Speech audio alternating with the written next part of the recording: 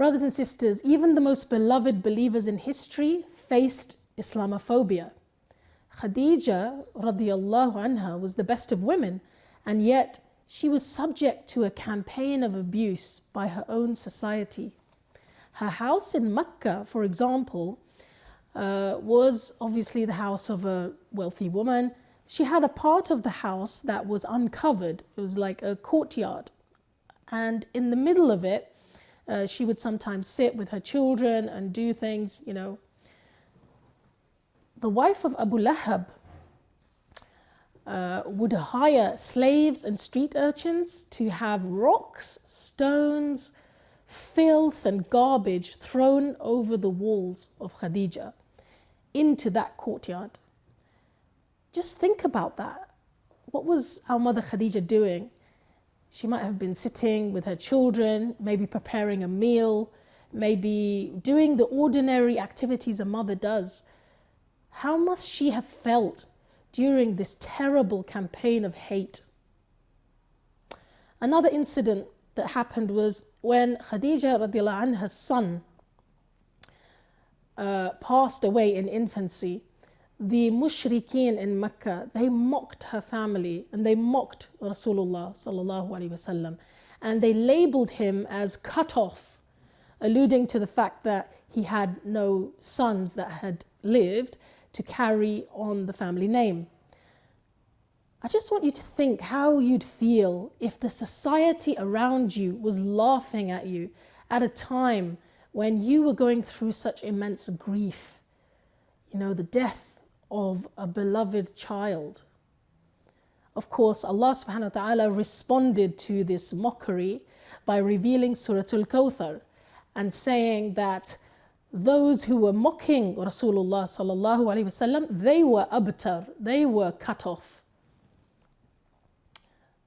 Khadija radiallahu anha's life teaches us that even the best of people had to struggle and face Islamophobia, and had to patiently persevere through times of hardship in the face of hateful ignorance.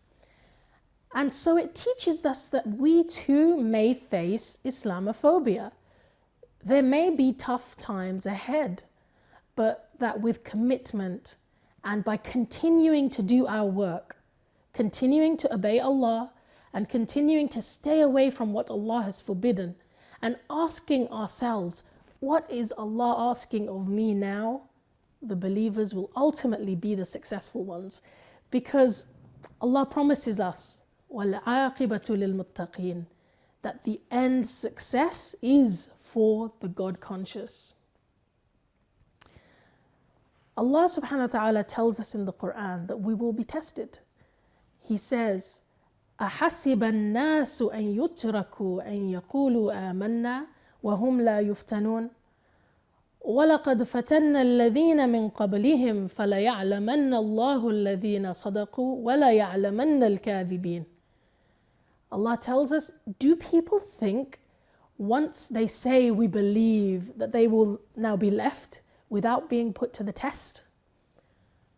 We certainly tested those before them, and in this way Allah will clearly distinguish between those who are truthful and those who are the liars.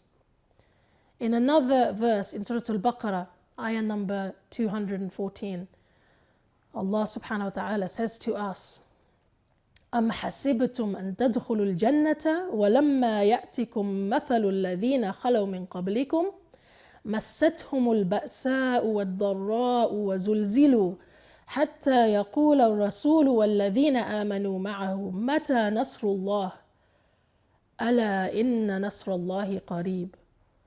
Allah says, do you think you will be admitted into paradise without being tested like those before you?